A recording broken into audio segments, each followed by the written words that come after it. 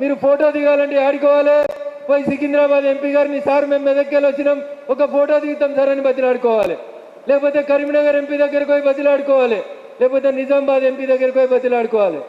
మీ పిల్లలు మీకుంటే బాగుంటుందా, పక్కింటే పిల్లల్ని ముద్దాడితే బాగుంటుందా ఒకసారి ఆలోచించమని చెప్పిన. ఇవాళ అదే మాట మనం కూడా ఆలోచించుకోవాలి.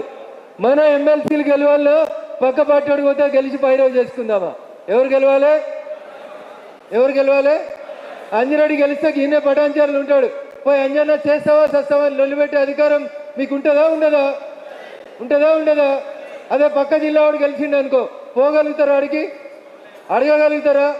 సో అందుకని మన జిల్లా వాడు మన అభ్యర్థి మనం గెలిపించుకుంటే రేపు నేను ఇందాకే చెప్తున్నా 4 జిల్లాల మధ్యలో జరుగుతున్న ఈ రేసులో ఎవరు ముంగట ఉండాలి?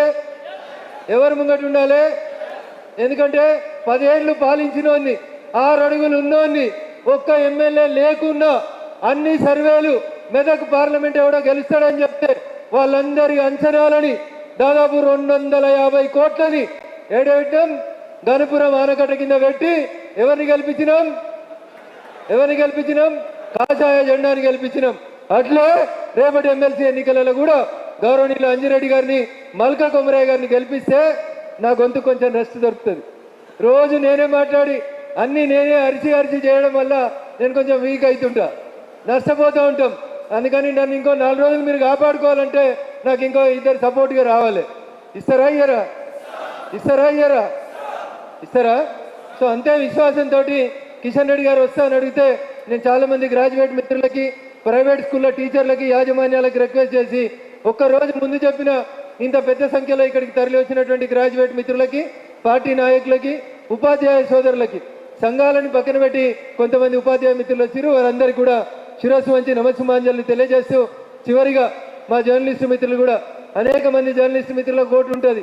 చాలామంది మీరు కూడా గ్రాడ్యుయేట్సే కాబట్టి అన్న మా రగన్న గెలిస్తే మా ఈనాడు విలేకరు గెలిచినట్టు, మా రిపోర్టర్ గెలిచినట్టు అని ఆ రోజు మీరు నా కోసం ఎట్లా కష్టపడ్డారో ఇప్పుడు రేపు అదే రకంగా అంజిరెడ్డి గారి కోసం, మల్కా కొమరయ్య గారి కోసం కూడా మౌత్ టు మౌత్ క్యాంపెయిన్లో మీరు మాకు సహాయపడాలని మనస్ఫూర్తిగా మిమ్మల్ని అందరినీ వేడుకుంటూ అవకాశం ఇచ్చిన వేదిక మీద ఉన్నటువంటి రాష్ట్ర పార్టీ అధ్యక్షులు మరి మీకు అందరికీ కూడా శిరస్సు వంచి నమస్సుమాంజలు తెలియజేస్తూ సెలవు తీసుకుంటా ఉన్నారు. జై హింద్, జై భారత్.